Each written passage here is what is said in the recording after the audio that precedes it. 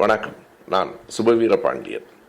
அன்றாடம் அறிவியலின் பல்வேறு துறைகளிலும் உலகெங்கும் ஆய்வுகள் நடந்து கொண்டே இருக்கின்றன.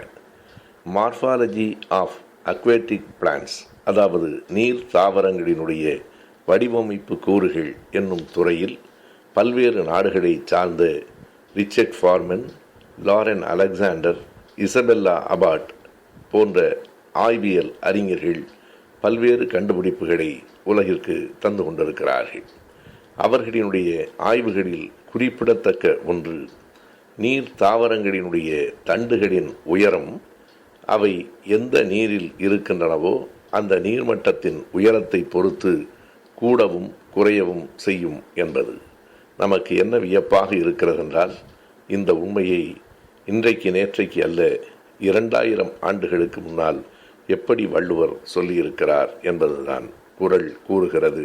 வெள்ளத்தனைய மலர் நீட்டம்.